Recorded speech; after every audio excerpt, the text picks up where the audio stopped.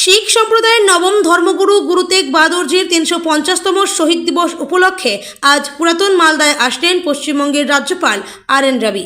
বন্দে ভারত এক্সপ্রেসে মালদায় আসেন তিনি। ভারত সরকারের ইস্টার্ন জোনাল কালচারাল সেন্টার সূত্রে জানা গিয়েছে, দুপুর 12টায় কালাচাঁদ হাইস্কুল মাঠে আয়োজিত অনুষ্ঠানে যোগ দেবেন। সেখানে শিখ সম্প্রদায়ের 6 জন ধর্মগুরুকে নিয়ে গুরু তেগ বাহাদুরজির আত্মত্যাগ ও আদর্শ নিয়ে প্রায় 45 মিনিটের একটি স্মরণসভা অনুষ্ঠিত হবে। এরপর রাজ্যপাল পুরাতন মালদার গুরুদুয়ারায় গিয়ে প্রার্থনায় অংশ নেবেন এবং গুরু তেগ বাহাদুরজির ব্যবহৃত বিভিন্ন ঐতিহাসিক সামগ্রী পরিদর্শন করবেন। রাজ্যপালের সফর উপলক্ষে গুরুদুয়ারায় গুরু তেগ বাহাদুরজির জীবন ও আদর্শকে কেন্দ্র করে একটি বিশেষ প্রদর্শনীর আয়োজন করা হয়েছে। 18 জুন থেকে শুরু হওয়া এই প্রদর্শনী চলবে 24 জুন পর্যন্ত। প্রদর্শনীতে এলাকার বহু ছাত্রছাত্রী ও সাধারণ মানুষ অংশগ্রহণ করছেন।